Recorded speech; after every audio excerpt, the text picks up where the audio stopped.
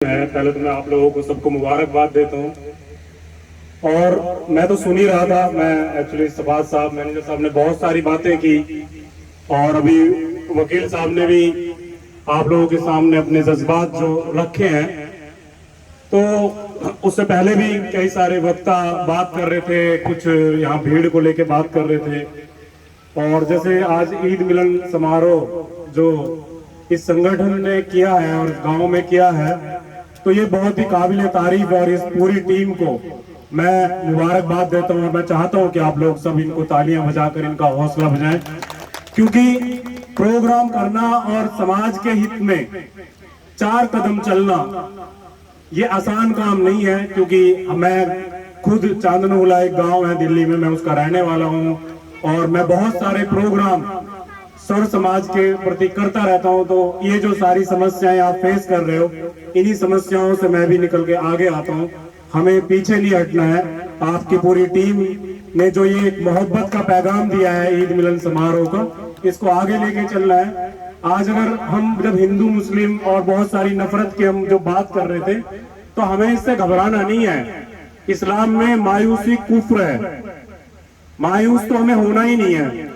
और रही बात यह कि जब हिंदुओं की बात होती है या मुसलमानों की बात होती है, ये चंद लोग हैं जो अपनी राजनीति सेक रहे हैं। अभी आपका राजस्थान में चुनाव होने जा रहा है, तो बहुत सारे लोग हैं, बहुत सारी बातें करते हैं। और हम ऐसे देश में रहते हैं जहां बहुत सारे धर्म जाति के लोग रहते हैं, तो हमें कभी इन धर्म की जो गंदी राजनीति है इसकी चर्चाएं भी नहीं करनी चाहिए। और हम जब एक साथ रहते हैं तो कोई बड़ी बात भी नहीं है, छोटी मोटी वारदातें हो जाना या झगड़ा हो जाना, इनको हमें बहुत बड़ा तूल नहीं देना चाहिए।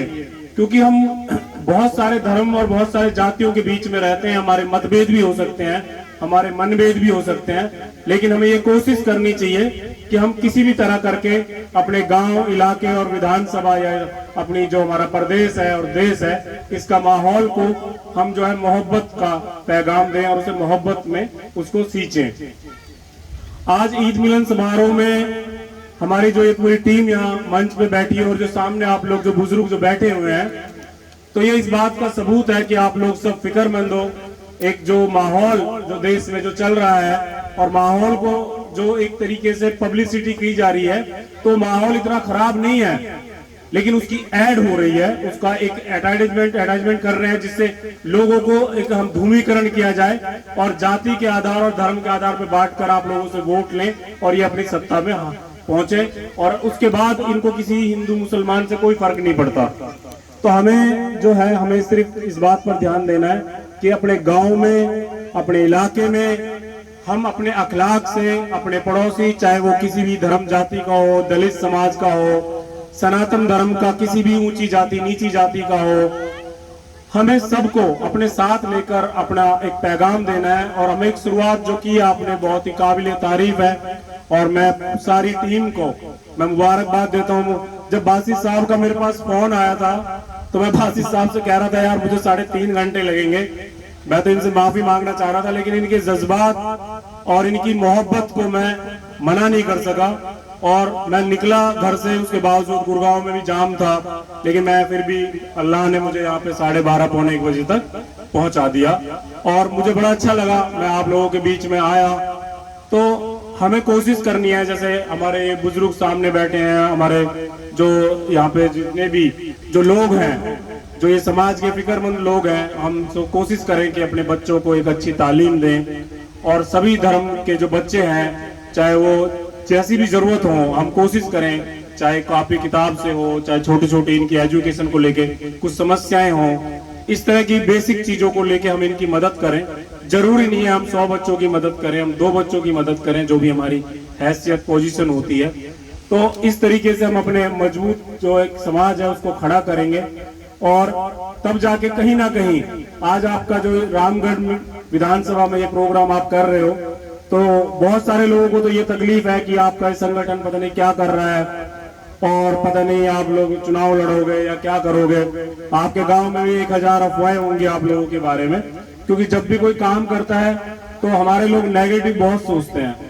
हमारे लोग अगर हल्का सा भी कोई सामाजिक कार्य करता है या जो संगठन को चलाता है, अगर उसकी वो हौसला अफजाई कर दे तो हम जिस गुर्बत से गुजर रहे हैं, तो ये गुर्बत तो आज से 50 साल पहले खत्म हो जाती। लेकिन बड़ा अफसोस है कि हमारे लोग ही हमारी टांगे खींचते हैं। मैं दिल्ली में आम आदमी पार्टी की सरकार चल रही है और मैं सरकार में बहुत अंदर तक मेरा आना जाना रहता है, और हमारे वहाँ 4 गांव हैं जिसमें मुस्लिमों की जनसंख्या ज्यादा है, और एक स्कूल को लेकर मैं पिछले 7 सालों से मैं सरकार के पीछे लगा हुआ हूँ। तो बहुत सारी चीजें, मनीष सिसोदिया जी से मैं बहुत बार मिला हूँ, अरविंद केजरीवाल जी से मुलाकातें होती रहती हैं, वहां मंत्रियों से मिलना जुलना रहता है। तो कहीं ना कहीं चाहे सरकारें कोई भी हो, हमारे लिए उनका जो दिल है वो बड़ा तंग दिल है, उनकी कलम हमारे लिए बहुत धीमी चलती है। लेकिन उसका सबसे बड़ा रीजन ये है कि जब हम कौम और समाज की आवाज उठाते हैं और हम जब देखते हैं कि हमारे साथ कितने लोग हैं, तो हम चंद लोगों की मुट्ठी भर भीड़ के साथ खड़े होते हैं, जिसकी वजह से हमारी आवाज को वो इतनी सीरियस लेके नहीं सुनते और इसी वजह से हमारे काम नहीं होते। तो ये मुझे बहुत ही दुख होता है। मैं पिछले 6 सालों से कंटिन्यू मैं मेवात में मेरा आना जाना लगा रहता है। मैं उत्तर प्रदेश, राजस्थान, गुजरात, महाराष्ट्र, मध्य प्रदेश, वहाँ बहुत सारे हमारे मेव समाज के जो लोग हैं, मेरा उनमें बहुत आना जाना रहता है। लेकिन सबसे बड़ी अगर दुख की अगर कोई बात होती है तो राजस्थान का जो मेवात है और जो हरियाणा का जो मेवात है, इसमें जो मतभेद मैं देखता हूं तो मुझे बड़ा दुख होता है कि हमारे लोग अच्छे संगठन और अच्छे समाज सेवियों को टांग खींचने में पूरी ताकत लगा देते हैं। वो 100 कॉल कर देते हैं कि आपको उस प्रोग्राम में नहीं जाना। वो ये सोचते हैं कि अगर ये प्रोग्राम सफल हो गया तो गहलोत की सीट पे अगले दिन ये आरक्षण के जो पदाधिकारी हैं ये बैठेंगे। तो वो बहुत ही उनकी घटिया सोच है। हमें इस सोच से बाहर निकलना है और हमें काम करते हुए चलना है आगे। और कोशिश करें आप अपने रामगढ़ में, अगर मेरे लायक कोई काम होगा शिक्षा के क्षेत्र में तो इंशाल्लाह मैं आप लोगों का साथ दूंगा। और चाहे हम 20 बच्चों का ही भला करें, हम कोशिश करेंगे कि हम हमारा हर बच्चे को शिक्षा के क्षेत्र में मजबूत करें। और मेवात को लेकर जो लोगों का धूमीकरण है ना, मेवात का मतलब मेव नहीं होता। मेव तो बहुत सारी जातियों से निकले हुए लोग हैं जो इस्लाम धर्म जिन्होंने कबूला। हर आदमी, चाहे वो किसी भी धर्म जाति का हो, हर आदमी मेवाती है। चाहे वो राजस्थान का मेवात हो, चाहे वो हरियाणा का मेवात हो। मेव का मतलब मुसलमान कभी नहीं होता। ये अपने दिलों से निकाल दो। आप अपने आप को बांटो मत। आज अगर शहीद राजा हसन का मेवाती की हम बात करते हैं तो शहीद राजा हसन का मेवाती कोई मुसलमानों का राजा नहीं था, वो मेवातियों का राजा था। चाहे मेवात में दलित समाज रहते हो, आपके रामगढ़ और तिजारा में सिख समाज के कितने लोग रहते हैं, वो फख्र से कहते हैं कि हम मेवात से हर मेवाती हैं। मेरे खुद के सतबड़ी में जहां मेरा ऑफिस है, मेवात के 4 बनियाओं के बहुत बड़े परिवार हैं। वो अपने आप को फख्र से बताते हैं। कुछ सिरोली गांव के हैं, फख्र से बताते हैं कि हम मेवाती हैं। और आप मेवात में धूमीकरण खुद मत ना करें। मेवाती में जो रहने वाला, चाहे दलित समाज की जातियों में से हो, चाहे सनातन धर्म की ऊंची जाति या नीची जाति का हो, चाहे सिख समाज का हो, चाहे ईसाई धर्म का हो, किसी भी धर्म का हो, हर आदमी मेवाती है। और मेवात के बारे में अगर कोई कुछ भी बोलता है तो सब लोगों को इसके बारे में दुख होना चाहिए। मैं दिल्ली में रहता हूं, जिन लोगों ने मेवात नहीं देखा है ना, वो मेवात को नक्सलियों से कम नहीं समझते। और मैं उन्होंने कहता हूं कि आप मेरे साथ चलो, मेवात की खिदमत देखो, मेवात का जज्बात देखो। गुर्बत में भी वो लोगों की जो खिदमतें करते हैं वो पूरे भारत में कहीं मिल नहीं सकती, चाहे वो किसी भी धर्म के लोग हों। आज मैं दलित समाज से बहुत सारे लोगों से, 9 विधानसभा, चिरका विधानसभा और पुराना विधानसभा के लोगों के बीच में रहता हूं, जिन्हें हम गैर मुस्लिम कहते हैं, लेकिन उनके जज्बात हमारे जो मुस्लिम के जो हमारे अखलाक है खिदमत के, वो सेम है जो हमारे और आपके बीच में है।